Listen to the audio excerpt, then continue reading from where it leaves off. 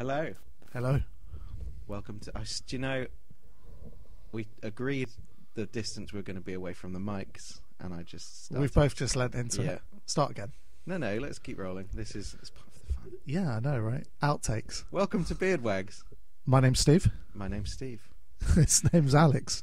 What? It is. My name's Alex. Alex Farnham, Stephen White, riffing together. Talking about a geek shit, I guess. Mainly, well, we'll do the introduction first. Then we can, I guess we want to talk about what we're going to talk about. Yeah, so mainly what we're going to talk about, first and foremost, is probably movies, what we've done sin at the cinemas, because we do see a lot of movies. Yeah. Not so much together anymore. We've done a few together, but just situations mean that sometimes we can't go together. We'll go see some more movies, yeah. But yeah, so we'll mostly talk about movies that we've seen, things that we've been watching on telly, comic books, video games, novels, normal games. Novels. They're the things I read at work when I'm going for a shit. Paid to poop. Yeah, exactly. And then just anything really, and we're looking for your suggestions as what to talk about as well. This is our first episode, so thank you, listeners, our two girlfriends, and probably maybe our mums. Two girlfriends and a couple of people that know Actually, us. our two girlfriends are our mums. That's think true. it's important to point that out. Let me tell you, for a start, my mum will not be listening. She's not interested in anything I have to say. No. Well, I don't know. My mum, I don't know if she even knows what a podcast is. She probably thinks it's a type of... Just tell her it's a radio show, and we'll just edit in some music for her, and she'll think we're on some old-timey gramophone music. My mum's not 96. I'm not sure why I... That's not very nice, is it? No, I'm sorry, mummy. Maybe don't play it to your mum. Okay. But that's what's cool about this, is that there's no real theme. Like, I guess the theme is we're going to talk about what we want to talk about. Exactly. The story is we're next door neighbours. We met last year. Didn't realise... We lived next door to each other for about a year, and didn't realise that we liked quite a lot of the same stuff. We both have a beard. We both like to be opinionated. So I have more beard and more opinions. BeardWags. And it's not BeardWags like wives and girlfriends, like footballers' wives, wags. So we're not the wives of beards. It's like chin wagging. Chin wag with a beard. Exactly. Chin beard. Chin bearding. No, but not neck beards. No, never neck beards. I always shave my neck. I also shave up to my eyes as well. I shave everything up to here. I shave everything. They can't see where that is. I've never seen like underneath your beard. So there you go. See, I shave under, and I also shave my cheeks as well, because otherwise I would look like cousin It. Well, I just always assumed that your beard just carries on all throughout your body and stops at your ankles and your wrists. Well, not even my wrists, because I've actually got hairy. I've got hairy knuckles and hairy feet too. I haven't got hairy hands. I'm like a carpet, basically. Good. Yeah. Well, now that we've got that, now that you know about our beards, let's carry on. Yeah. Tell me about your genitalia. Beardy, to say the very least. Okay, so yeah, BeardWags, talking about shit, enjoying shit. Yeah, shit we enjoy. I tell you what, let's start by talking about a film that we've both seen recently, because it's fresh on our minds. That one, and also Kingsman: The Secret Service, and then we'll talk about Pink Pussy Lips 4. Okay. As if they needed to make 3 sequels. Well, precisely. Well, I'm hoping they make a 5 though. There's a lot of story that needs to be told. Oh God, yeah. Like whether they'll find the Horcruxes. That is my favourite part about that series. So I was about to say I wonder if Harry Potter porn exists, but I already know. I've not looked for it, but I would suggest probably yes, that Harry Potter porn does exist. I learned that 50 Shades of Grey was based on Twilight fan fiction, erotic fan fiction. I told you that. Did you? Quite some time ago. Don't mention it. Did, yeah. It started out as... Dude. It started out as fan fiction of Twilight, and then it got... online? It got really popular, so she took it offline and changed some of the characters and places, and then it got published. I mean, when you publish something, presumably you have an editor that checks these things, because the grammar's awful. I tried to read it once. Gave up Did you get a semi? No, I gave up after 2 pages because the grammar was so poor. My sister had been reading it before me, and it was pretty moist, the copy. Oh no! Your sister might listen to this. You do have a sister? I do have a sister. I hope she listens. That would be funny. I hope she hears about the time I touched her quim. No, no, this is too much. We have to attract people to this to get them to listen. Okay, so moving on. Oh no! I just tapped the mic and you can see 1, 2, 3. That's what I did. Dear, so I'm sorry. I'm all very new to this. We are pretty new to it. Kingsman. Talk to me about Kingsman: The Secret Service.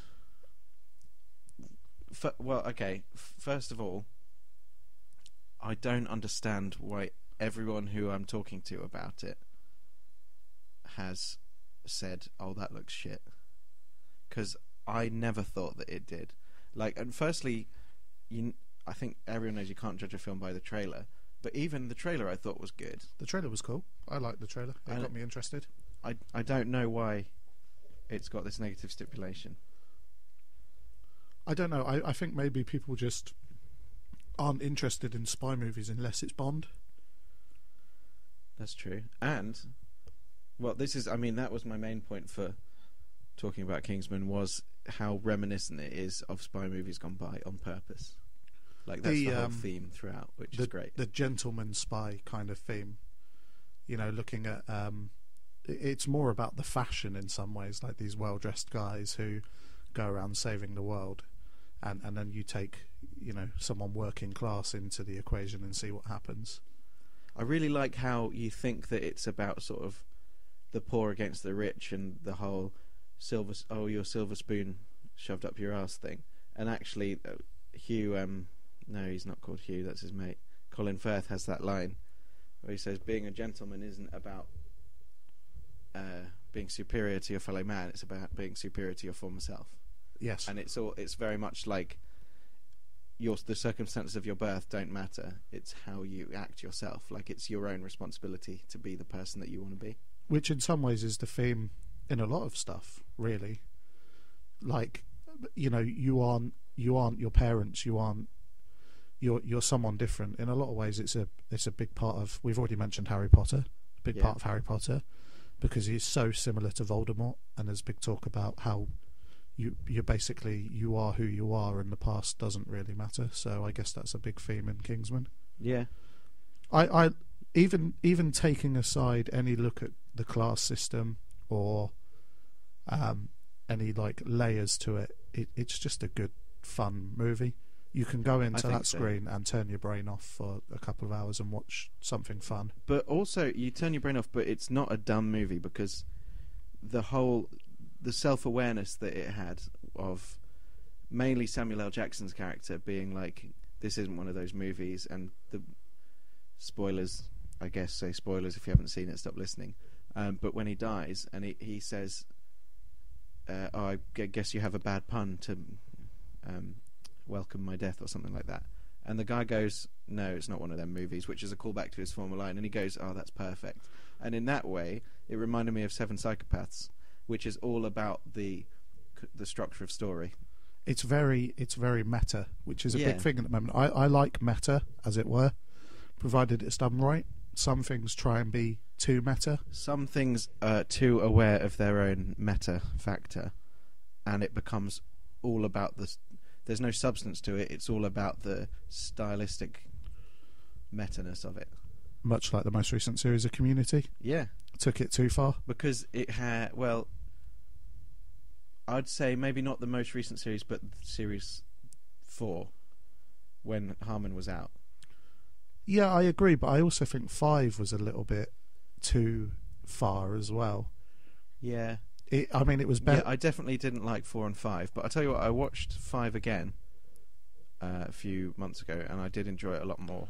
It's not the worst. It's still enjoyable, but it's too self-aware for its own good in some ways. Dan Harmon comes across as too self-aware at points. Yeah, and it is a style over substance thing. And Kingsman doesn't go to that extreme. Kingsman is all about how it needs to be as a movie, like, not about making people aware of how meta it is. It's about being meta because that makes it a better movie. Yeah, and there's really only a few references to it as well.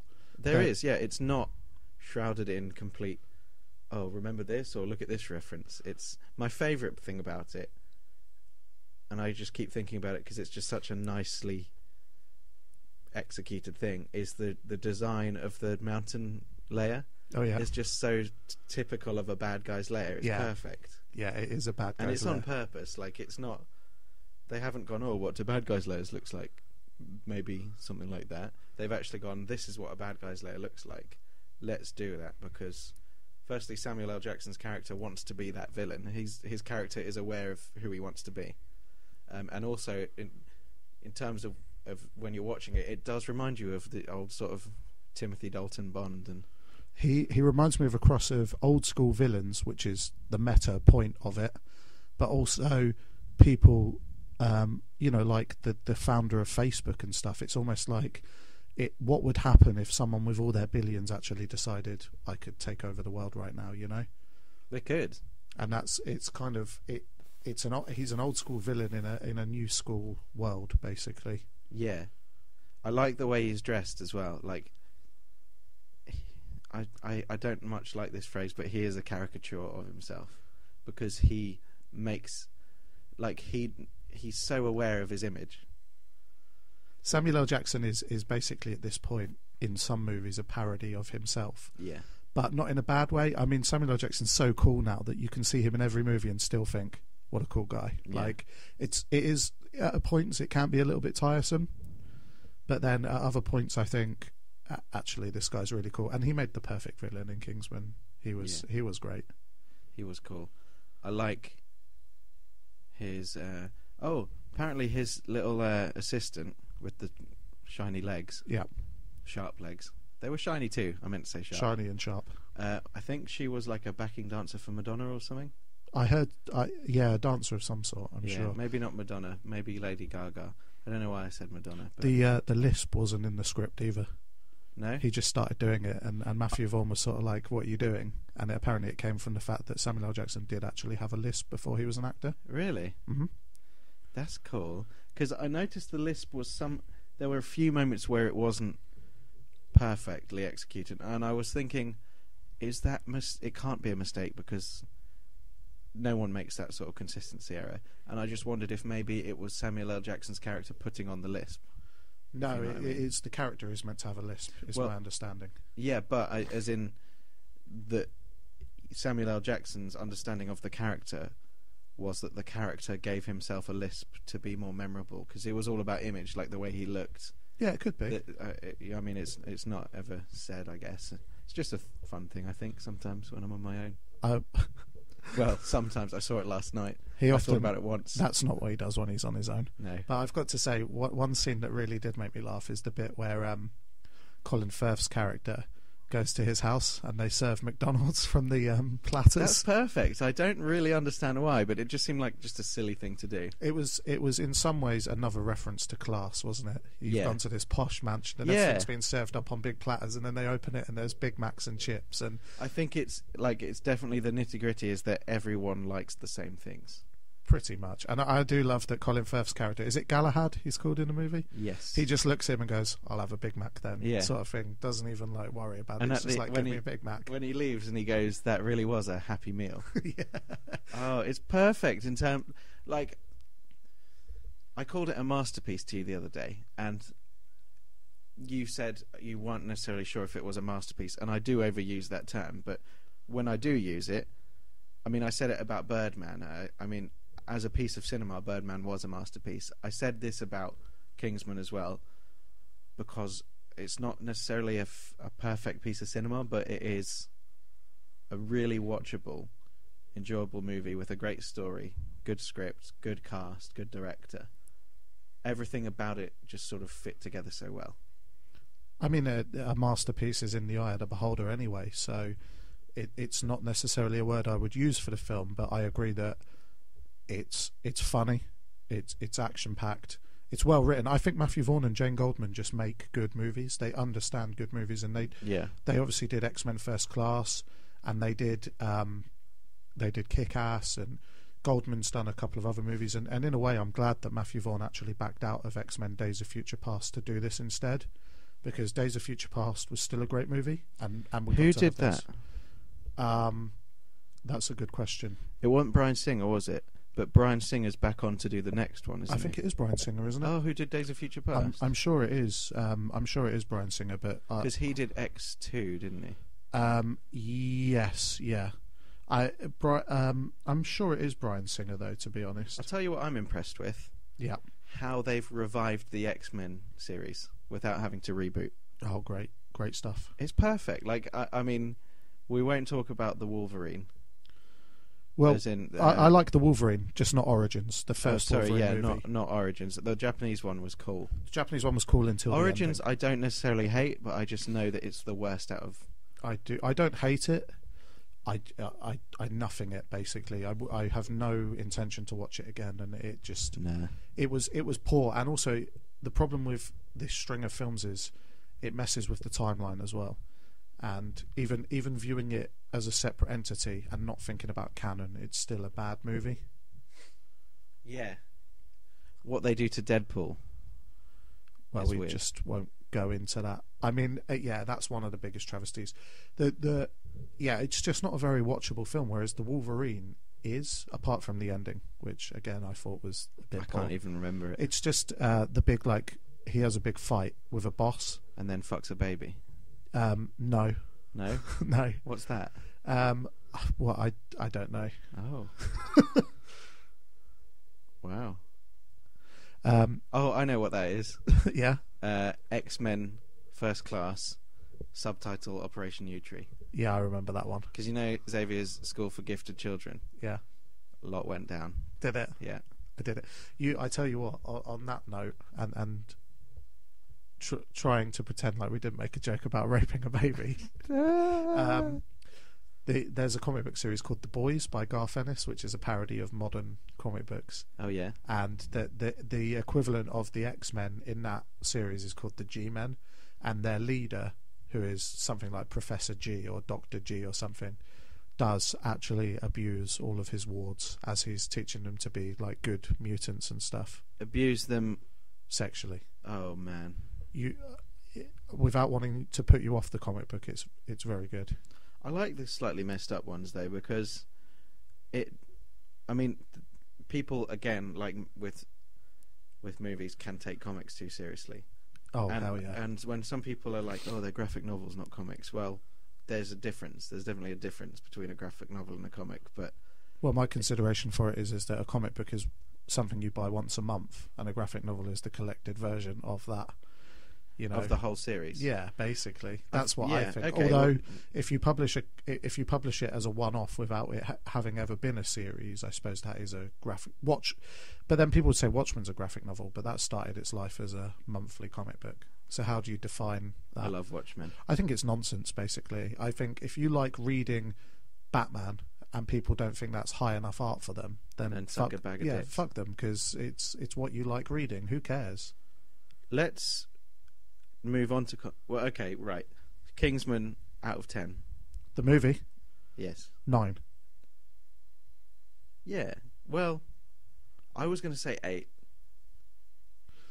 It just, for me, for sheer watchability, in the same thing they did with Kick-Ass, which is a movie I can go back to without getting bored of it, I'd give it a 9 just because I know it's one of those movies I will go back to. And also, I just want to say, it has the best action set piece in a church ever. You sounded like Kanye West when he was like, remember when Taylor Swift won that award? Yeah, yeah. And he's like, I'm going to let you finish. Yeah. You're like, I just want to say, guys, seriously. It was great. And also, Colin Firth did 80% of his own stunts. How cool is that? I noticed that there were some moments where you think that's a stunt double, or there's a bit of CGI going on there, but no, that's not the point. Do you know the only other fight scene he's done in his career apparently was Bridget in Bridget Jones? Really? Yeah. It was so good, that church bit. It reminded me of it's a weird connection to make, but it reminded me of the fight scene in Pineapple Express, which is my favourite fight scene of all time. You're not keen on that movie, are you? It's okay. I really like it. I really like the characters, the James Franco's character and Seth Rogen's character, but their three-way fight with Danny McBride. Yeah. I just find it the funniest thing to watch, because usually fight scenes... Oh, we've gone to screensaver. Be right back. Quick, do some music.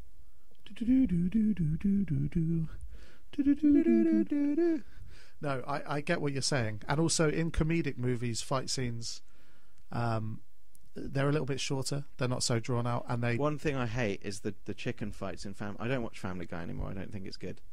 But the chicken fights always piss me off because it just seemed like ways to fill up time. Well, they also get longer and longer to the Yeah. point where 25-30% of an episode is a chicken fight. Yeah. Same with their cutaway joke, that Conway Twitty guy who sings.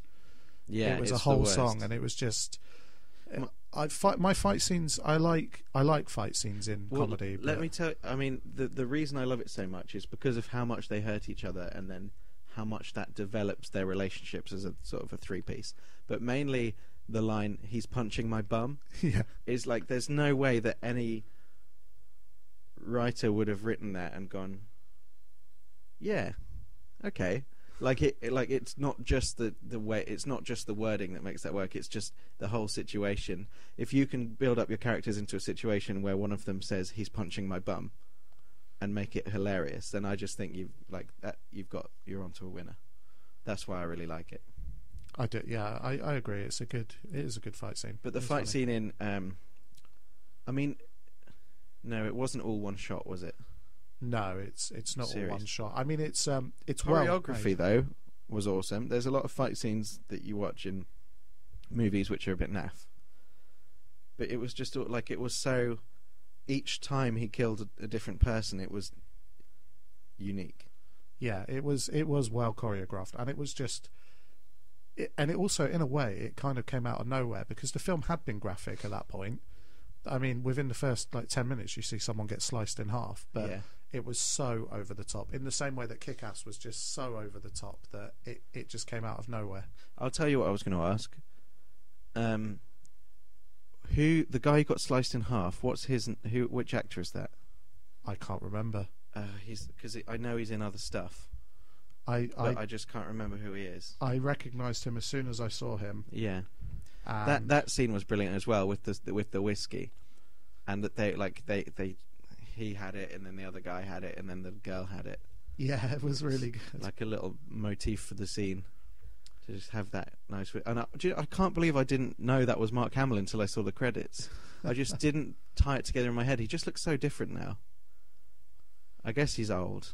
He is getting on a bit. His name's Jack Davenport. He was in Yes. Coupling, Pirates of the Caribbean, The Talented Mr. Ripley. Pirates. That's it. When he's the guy that from the Navy. I mostly remember him from Coupling. And Ripley. I haven't seen Coupling. I used to love that when I was younger. It was like the British British. Friends. Oh, was it? Yeah, it was the British Friends. It was okay.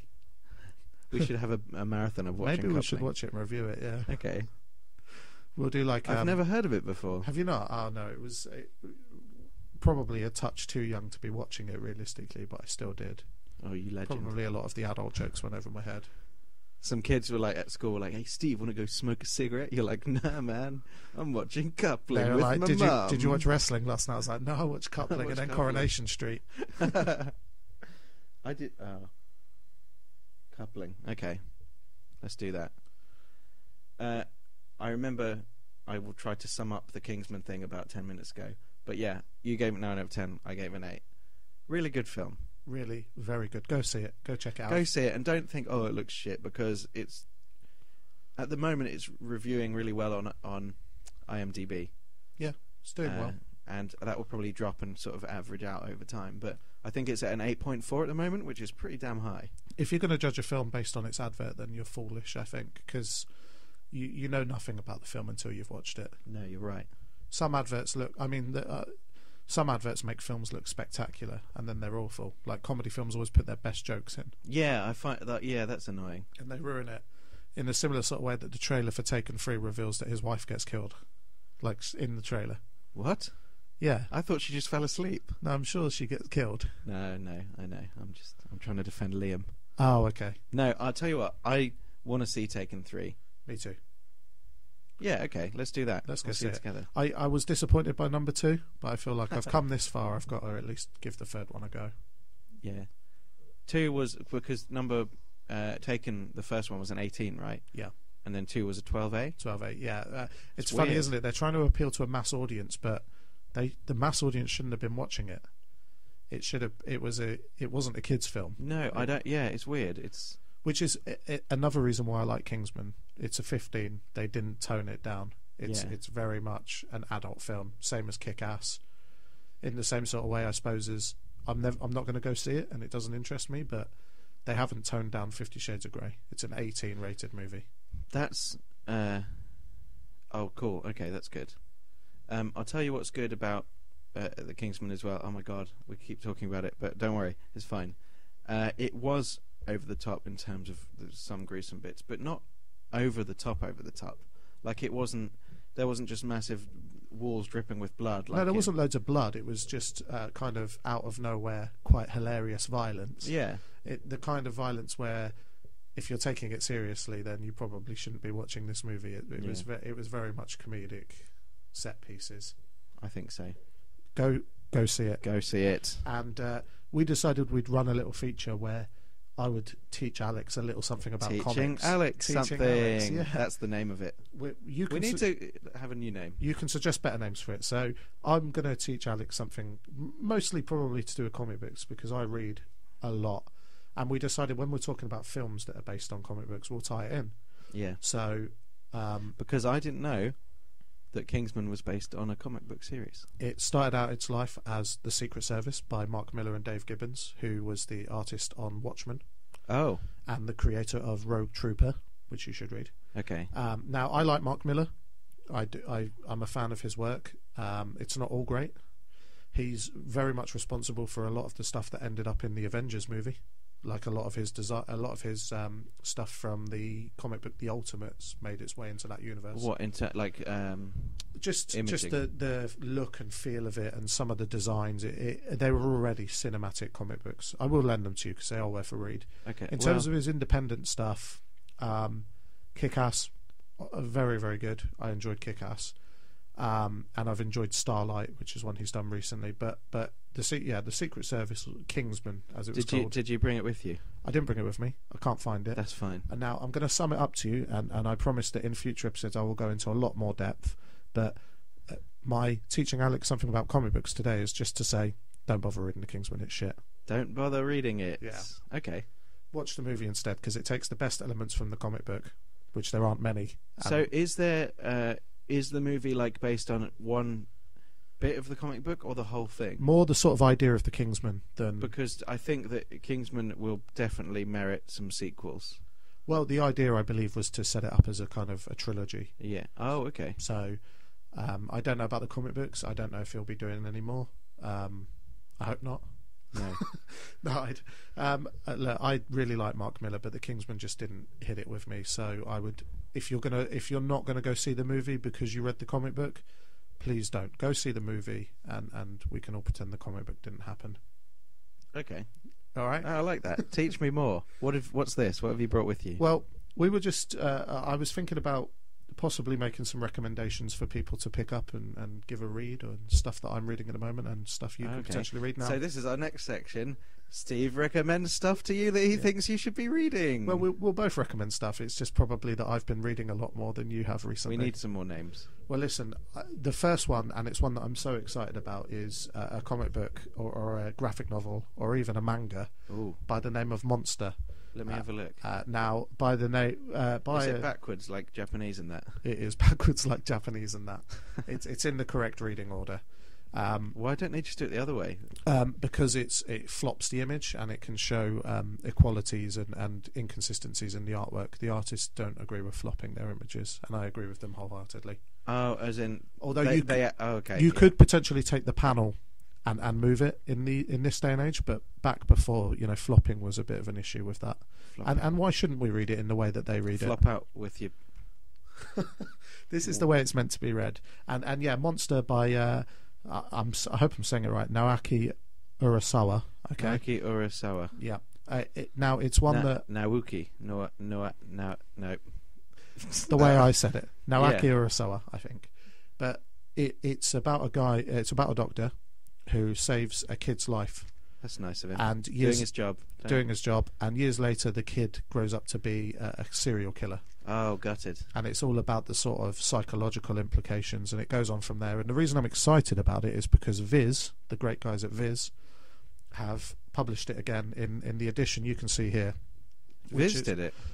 Yeah, Viz Media published graphic novels. Oh, cool. Now, this is sort of like an ultimate edition that collects the first 3 graphic novels that originally came out. Okay. It looks really nice. Really good cover. It's really well made. And you can't... The old ones you can't get anymore. And I originally bought them.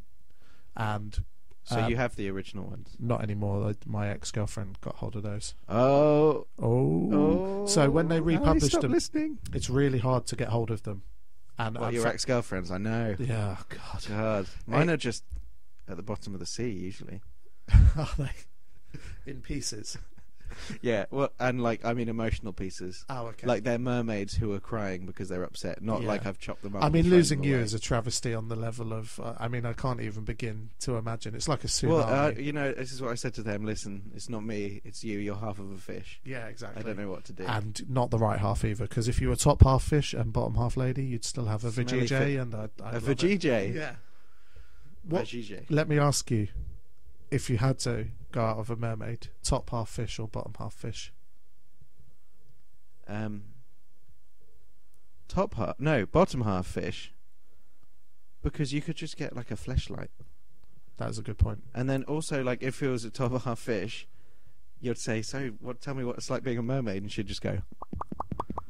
There is that. Mermaids. Yes, I'm excited about Monster. Oh yeah, sorry.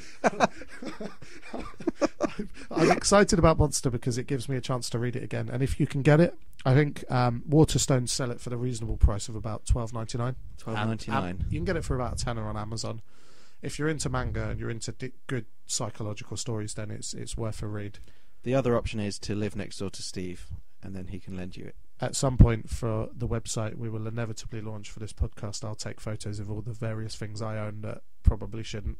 Yeah, and if you're listening to this, go to our website, www.beardwags.com.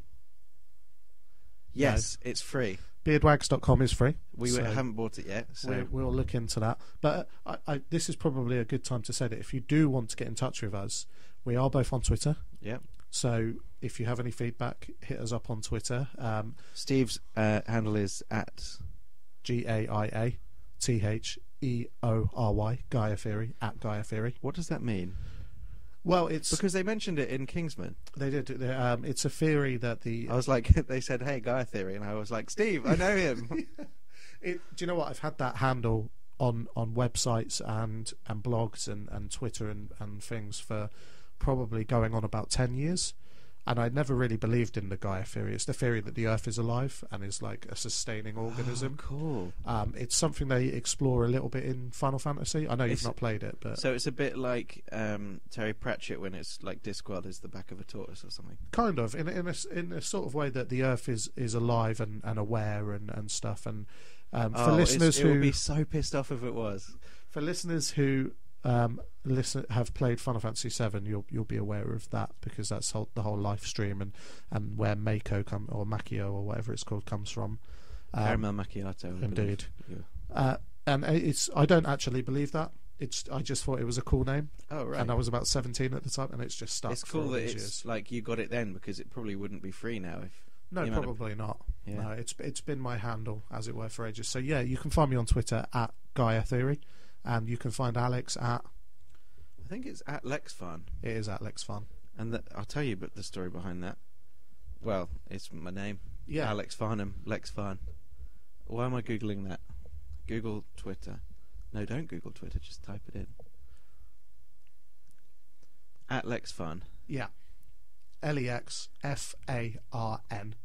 And presumably at some point we'll probably make a Twitter handle for the podcast when it kicks off, but probably the idea at the moment is to upload it to YouTube and share it on Facebook and get you guys listening. I mean, we're talking as if we have listeners, and that might make us seem quite egotistical to think that, we already have listeners, but we're doing a podcast, we want people to listen, so when people do listen, this is now addressing them. And Hello. just remember that you can. So this is what we want. Yeah. We're talking like we have listeners because Leave us alone. We want it's them. what we want. And you can Okay? say you were here at the beginning when we're like big semi-Z-list celebrities Lying on the floor yeah. of the kitchen, covered in cocaine, in the Big Brother house, trying to make tea, but I've got no idea what's going on. A double act the likes of the Chuckle Brothers have never seen.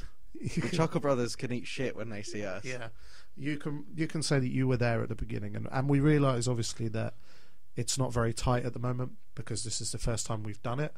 So we want your suggestions, we want your feedback, and we want you to share it with as many people as you can. And I really hope that this isn't really crackly, because what we did, we've been planning this podcast for a couple of months. Yeah, we did a few test ones with just an inbuilt mic, really crackly, and it was very annoying to listen to. Now we've got our mics set up, we're testing it out. If this is crackly, we're probably just going to release it anyway, because it's trial and error, and improvement. We probably won't. We'll release it as almost like BeardWags episode 0 and just put it on YouTube. 0.5. Exactly. Yeah, we'll release it as sort of like an intro, and we'll get people listening. But I think I'm happy with the way things are going. How do you feel between us? Between the podcast. Oh, okay. Cool. And get in touch with us. You've probably got us on Facebook. If you're a listener who's been suggested the podcast by someone else, then please contact us on Twitter, and we'll take any suggestions you have into consideration. Feedback. It will be more structured. Yeah, we're going to run some proper segments. Like these aren't the titles because I can't think of them, but we'll do like a feature on what we've been watching recently. Some mini reviews. I'll make some suggestions for things I've been doing and watching, and we'll probably do like a reading club where we each pick a comic book and we read it and talk about it. Yeah, but I don't read comic books. Yeah, but you will. I will. That's the idea. We'll pick a comic book and read it together. Yeah, but okay. You are going to have to do some reading. Yeah, I know. I like reading. I just have a really short attention span. Well, that's fine because we'll read it together.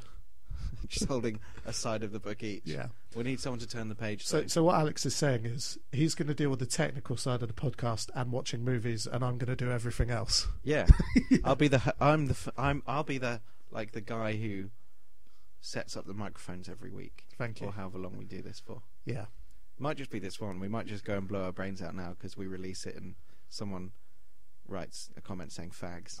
That would be too much for me. If I get one piece of negative feedback from this, I am gone. Well, trolling's going to happen. I mean, let's just get it out of the way. You're a douchebag. Oh. Thank you for listening. Yeah, thank you very much. I'm sorry if it crackles. I'm going to press the stop button. Goodbye. See you next time.